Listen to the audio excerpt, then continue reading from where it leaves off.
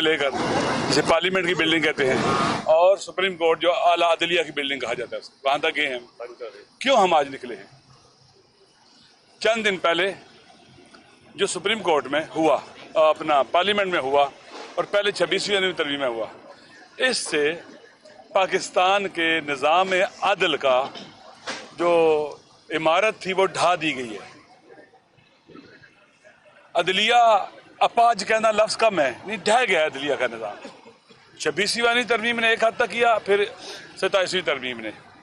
اب آپ جانتے ہیں پاکستان جیسے ملک میں جہاں الیکشن لوٹ لیا جاتا ہے، جہاں ججوں کے بچوں کو اغوا کر کے فیملی پر دباؤ ڈال کر بھی بعض اوقات سننے میں آیا کہ فیصلے کروائے جاتے ہیں، لالچ دے کر پروموشن کے فیصلے اب عدلیہ کدھر؟ عوام کو کہاں سے انصاف ملے گا؟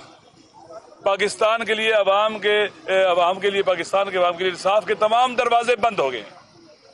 اب ظلم کا راستہ ہمارے سسٹم کا کوئی ادارہ نہیں روک سکے گا. یہ جو پارلیمنٹ ہے یہ بھی ڈھہ چکی ہے. آپ کو یاد ہوگا اسی پارلیمنٹ میں رات کے وقت ایم این ایز کو اٹھایا گیا، آج تک نہیں پتا چلا کس نے اٹھایا، اور اسپیکر وہاں پر بیٹھا ہوا ہے، ابھی تک بیٹھا ہوا ہے. شرم نہیں ہے کہ آپ ان کی حفاظت نہیں کر سکتے؟ آپ تو کسٹوڈین ہیں ہاؤس کے. عوام کو اٹھا کر ترامیم کرائی گئی ہیں. 26ویں آپ نے دیکھا تھا کیا صورتحال تھی، 27ویں میں بھی متفقہ آئین کو متنازع آئین بنا دیا گیا. وہ ڈاکومنٹ جو فیڈریشن کو فیڈریشن رکھتا ہے اب وہ نہیں رہا ہے. پاکستان کی فیڈریشن پر اٹیک ہے، سالمیت پر اٹیک ہے، عوام کے حقوق پر اٹیک ہے. اور پھر آئین کے اندر جو لیمٹس ہیں قانون سازی کی، ایک تو یہ ہے کہ آئین کی جو روح ہے اس کے خلاف آپ کوئی بھی قانون سازی نہیں کر سکتے. دوسرا قرآن و سنت سپریم ہے وہاں پر، اور حاکمیت اللہ کی ہے.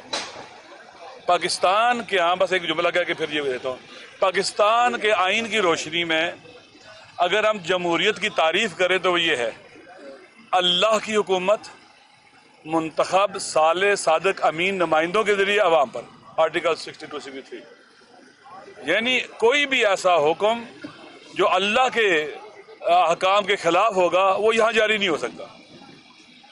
امیونٹی صرف خدا کو حاصل ہے.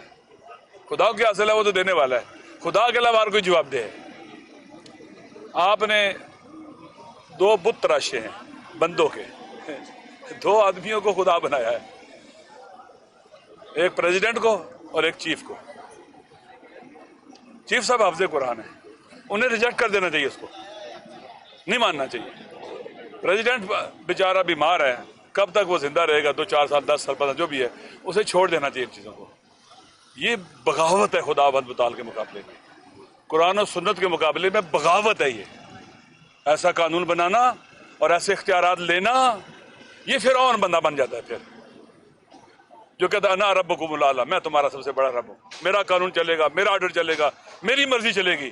اب یہ جو خدا بنائے انہوں نے، بندوں کے خدا بنائے ہیں انہوں نے، یہ بت تراشے ہیں، تو وہ کہیں گے کہ ہماری مرضی چلے گی، ہم ایسی کی تیسی کر دیں گے، ان کی اٹھا کے پھینکو ان کو.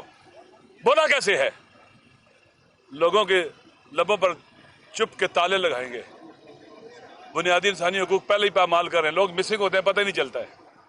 پھر جو کام کریں گے، آج اسرائیل کو تسلیم کرتے ہیں، کوئی پوچھ سکے گا؟ بتائیں. وہاں فورسز بھیجتے ہیں جو حماس کے خلاف استعمال ہوتی ہیں. جو کام اسرائیل نہیں کر سکا وہ ان کے ذریعے کرائیں گے، کوئی پوچھے گا ان سے؟ نہیں. پاکستان کے نیشنل انٹرسٹ کمپرومائز ہو، نیشنل سیکورٹی کمپرومائز ہو، کچھ بھی ہو، آپ ان سے نہیں پوچھ سکتے. نہیں، ہم پوچھیں گے. ہم اسی لیے نکلیں گے، پاکستان کے عوام پوچھیں گے. یہ ملک پاکستان کے عوام کا ہے، پاکستان کے 26 کروڑ عوام کا ملک ہے. لہٰذا ہم پوچھیں گے، ہم چپ نہیں رہیں گے جب تک زندہ نہیں چپ رہیں گے. اور سراپا احتجاج ہے، آنے والا جمعہ پورے ملک کے اندر یوم سیاہ کے طور پر منایا جائے گا. علماء کی ذمہ داری ہے، دینی ذمہ داری ہے. اس وقت بولیں، جوان، پیر و جوان، مرد و زن و مرد، ہر کوئی اتوار کو جمعے کو یوم سیاہ بنائے گا، جی بی سے لے کر پورے پاکستان میں. لہذا اس دن سیاہ پٹیاں باندھیں گے، مساجد کے باہر جہاں بھی ممکن ہے وہاں پر احتجاج کریں گے اور اس ظلم کے خلاف آواز بلند کریں گے. یہ ابتدا ہے، آغاز ہے. انشاءاللہ العزیز کے بعد پھر قومی کانفرنس بلائی جا رہی ہے، تمام کے تمام سوسائٹی کے طبقات کو، شخصیات کو بلایا جائے گا، جہاں پر پوری قوم کو اور سب لوگ آن بورڈ لے کر یہ جدوجہد جاری رہے گی، اور ان کے اضافے کے بعد پھر اس میں مزید طاقت آئے گی. شکریہ. بسم اللہ الرحمن الرحیم. میں آقا صاحب کا شکریہ ادا کرتا ہوں، اور تفصیل سے بات ہو گئی ہے، میں صرف 2 باتیں کرتا ہوں. اس وقت پاکستان غلام ہے، اور چند لوگوں نے 24 کروڑ عوام کو غلام بنایا ہے. اشرافیہ کے نام پر ایک بدماشیہ پاکستان کے اوپر مسلط ہے، جو بہت بے شرمی کے ساتھ جمہوریت کا، عدلیہ کا، پارلیمنٹ کا کھلواڑ کر رہی ہے.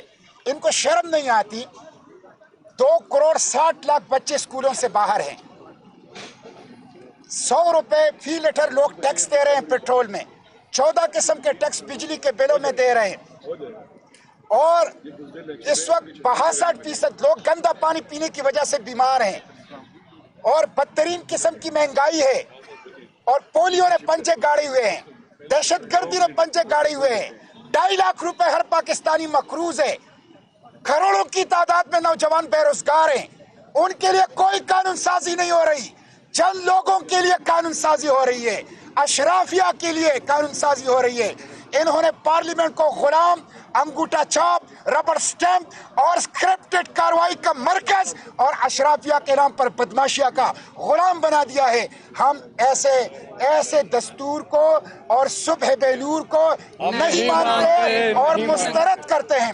27ویں آئینی ترمیم اشرافیہ کے نام پر بدماشیہ نے اپنے لیے کیا ہے، اور یہ آئین جمہوریت، عدلیہ، فنڈامنٹل رائٹ کے اوپر ڈرون حملہ ہے. ہم اس کو مسترد کرتے ہیں. اور استثناء، یہ خوف ہے، استثناء غیر اسلامی ہے، غیر شرعی ہے، استثناء غیر دستوری، غیر آئینی ہے، استثناء انسانی حقوق کی خلاف ورزی ہے. پاکستانی قوم اس استثناء کو مسترد کرتی ہے. اس کے آئین، جمہوریت اور پارلیمنٹ، اس کی جنگ ہم جاری رکھیں گے اور مزاحمت کریں گے. اور پھر یہ حکومت کیا کر رہی ہے؟ پاکستانی پویلین میں اسرائیلی آفیشل کو بلا کر وزیر اعظم کے مشیر سیاحت اس کا استقبال کرتے ہیں، اس کے ساتھ ہاتھ ملاتے ہیں.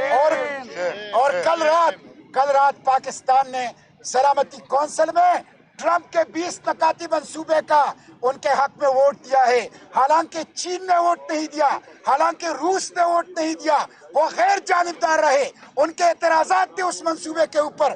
لیکن امریکی دباؤ پر ایک ایسے منصوبے کا، ٹرمپ کے منصوبے کا ووٹ دیا کہ جس میں امریکہ اور امریکی کے ٹرمپ نگرانی کرے گا، اور مصر اور اسرائیل کی سربراہی اور مشاورت سے حماس کو غیر مسلح کیا جائے گا. یہ غزہ کے خون کا سودا ہے، یہ فلسطین کا سودا ہے، یہ مسجد اقصی کا سودا ہے. کل رات سیکیورٹی کونسل میں پاکستان کا ووٹ دینا پاکستانی عوام کے جذبات کی نمائندگی نہیں، پاکستانی عوام کے احساسات اور زخموں کے اوپر نمک پاشی ہے. ہم اس کو مسترد کرتے ہیں.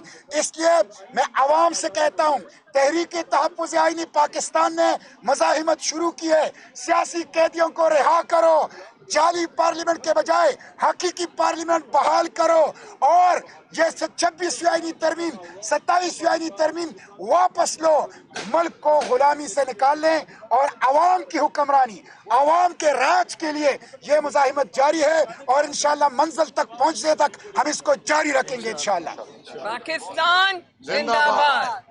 27ویں آئینی ترمیم، 27ویں آئینی ترمیم نامنظور، 27ویں آئینی ترمیم نامنظور. آمیریت مرد آباد، آمیریت مرد آباد، آمیریت مرد آباد، جمہوریت زندہ آباد، جمہوریت زندہ آباد، جمہوریت. زندہ آباد. اچھا بسم اللہ الرحمن الرحیم. ہمارا کلمہ لا سے شروع ہوتا ہے. لا، لا مطلب انکار. انکار ہے، انکار ہے، انکار ہے. کوئی غیر آئینی ترمیم جمہوریت پہ، پاکستان کے آئین پہ، عوام کے حقوق پہ، ہر ڈاکہ نامنظور ہے. پوری قوم سن لے.